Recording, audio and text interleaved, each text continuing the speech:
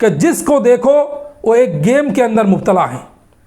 चाय की दुकान में जाओ, अभी नौजवान जो जवानी की दहलीज पर हैं, उनके हाथ में मोबाइल, और एक अजीब बात है, वहाँ से घूम कर मारो, आगे से मारो, ये पीछे छुपा हुआ है, इस तरह की आवाज़ आती है। लोग सोचते क्या हो रहा है, तो पता चलता है कि वो लोग या तो पबजी खेल रहे होते हैं या फ्री फायर खेल रहे होते हैं। लेकिन हमें इस बात का एहसास नहीं कि इस खेल में और इस गेम की लत ने हमारी कितनी कीमती जानों को बर्बाद किया। कितनी हादसे ऐसे हुए कि बच्चे ट्रेन में सवार हैं और हाथ में मोबाइल है, उससे गेम खेल रहे, पबजी खेल रहे हैं, फ्री फायर खेल रहे हैं। अचानक क्या हुआ कि हादसा का शिकार हो गया। कुछ बच्चे ऐसे हैं कि उनके दोस्तों ने मना कर दिया कि नहीं, अब तो हम पबजी नहीं खेलेंगे, तो वो अपने आप को मारने लगा, कोसने लगा, मारते मारते यहाँ तक कि उसको अस्पताल ले जाना पड़ा। और कुछ नौजवान वो हैं जो अखबारों में आया था, हमने पढ़ा भी है कि एक नौजवान था कि दोस्तों ने जब कहा कि अब हम नहीं खेलेंगे तो उसने खुदकुशी कर ली। और कोई पागल होगा कि इसका दिमागी तवाज़ुन बरकरार नहीं रहा, सेहत के ऊपर गहरा असर पड़ता है। तो इन सारे गेम्स जिनके हम बच्चों के हाथ में उठा देते हैं, इसे उठाने के पीछे मकसद और कुछ नहीं, मकसद बस इतना है कि हम किसी तरह रुपया कमा सकें। और ये बात भी सही है कि 2018 में जितने गेम्स आए थे उनमें सबसे ज़्यादा इनकम करने वाला गेम ये पबजी था। पबजी, PUBG जी, यानी प्लेयर अननोन्स बैटल ग्राउंड। तो इसका मतलब यह है, जो भी इसका मतलब है मैं उस तरफ जाना नहीं चाहता, लेकिन इस खेल के ज़रिए से, गेम के ज़रिए से उनका मकसद होता है कि हम किसी तरह रुपया हासिल करें। लेकिन हमारे नौजवान नस्ल तबाह हो रही है, हमारी नौजवान नस्ल बर्बाद की तरफ जा रही है। उनकी आंखों की रोशनी, बीनाई कमज़ोर हो रही है, दिमाग में सोचने की सलाहियत घट रही है। और मेरे दोस्तों, ये गेम तो ऐसा कोई गेम नहीं है जिससे इंसान के बदन की तंदुरुस्ती हो, फिटनेस बढ़े, ऐसा भी नहीं है। तो वो गेम या हर गेम जिसमें वक्त की तज़यी हो, वक्त बर्बाद हो और उसमें बंदा का कोई फ़ायदा ना हो और उसमें दीन की या दुनिया की मज़र्रतें छुपी हुई हों, ऐसे सारे खेल शरीयत में उसकी इजाज़त नहीं हो सकती। कैसे इजाज़त दे सकती है शरीयत कि जिसके ज़रिए से तुम्हारी दुनिया बिगड़े, नमाज का ख्याल नहीं, खेल में इतनी तवज्जो कि कब अजान हुई, कब अजान जमात खड़ी हो गई, उसको मालूम नहीं। माँ बीमार है, कहा बेटा दवाई लाने जाओ, हाँ अम्मी अभी जा रहा हूँ, हाँ अम्मी अभी जा रहा हूँ। ये कहते कहते वक्त गुजरता जा रहा है, लेकिन माँ की दवा नहीं आ रही है। तो मेरे दोस्तों, ये सारी खुराफात और सारी खराबियों की जड़ ये गेम है, और जो हमारे नौजवान नस्लों के हाथ में ये बर्बादी का जरिया बना हुआ है।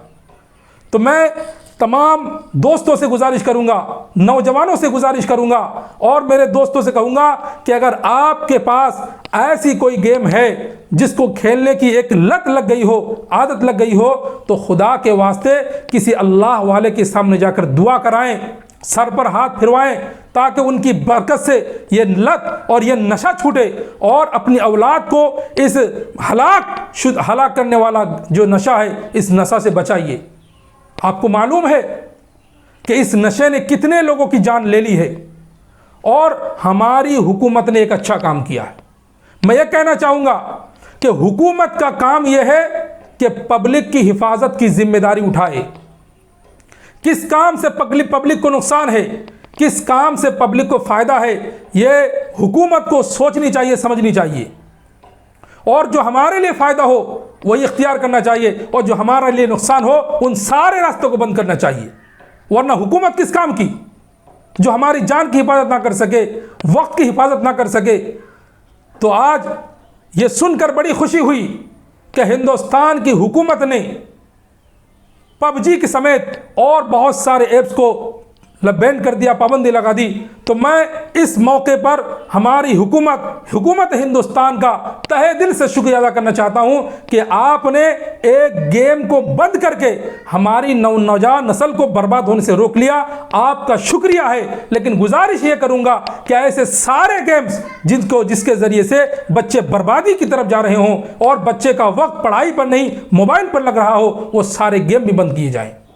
और साथ साथ चूंकि यह मसला है, हिंदुस्तान में ऐसे स्टेट हैं जहां शराब पर भी पाबंदी है। इस शराब पर पाबंदी क्यों लागू की गई? क्योंकि शराब पीने के बाद घर की खुशहालियों में आग लग जाती है। शौहर शराब पीकर बीवी को नाहक सताता है, मारता है, जुल्म करता है। तो हमारे कुछ स्टेट ने उन पर पाबंदी लगा दी है। मैं कहना चाहूँगा ऐसे सारी चीज़ें जिनसे समाज के अंदर बेहयाई बढ़े, लोगों के पैसे बर्बाद हों, वक्त बर्बाद हो और सेहत बर्बाद हो, सोचने की सलाहियत बर्बाद हो, ऐसे सारी चीज़ों को बैन करनी चाहिए, पाबंदी उस पर लगानी चाहिए। तो बहरहाल ये जो फ्री फायर हो, पबजी हो या कोई और गेम हो, हमें तो इतना मालूम नहीं कि गेम क्या क्या होते हैं, लेकिन मैं कहना चाहूँगा कि मोबाइल यकीनन अल्लाह रब्बुल आलमीन की एक नेमत है। इससे हम बेशुमार कामों को आसानी के साथ कर सकते हैं। तो इस मोबाइल को भी हम अच्छे कामों के लिए इस्तेमाल करें। याद रखना चाहिए, इन दो आँखों से जिन चीज़ों को देखना जाहिर में हराम है, बाहरी दुनिया में इन दो आँखों से जिन चीज़ों को देखना हराम है, वो मोबाइल में देखना भी हराम है। और इन आंखों से जिन चीज़ों को बाहरी दुनिया में देखना जायज़ है, वो मोबाइल में भी देखना जायज़ है। लिहाजा मोबाइल को हम सही काम में इस्तेमाल करें। वक्त अगर हमें गुजारना है तो उसके लिए हम हदीस पाक की तिलावत सुने, कुरान करीम की तिलावत सुने।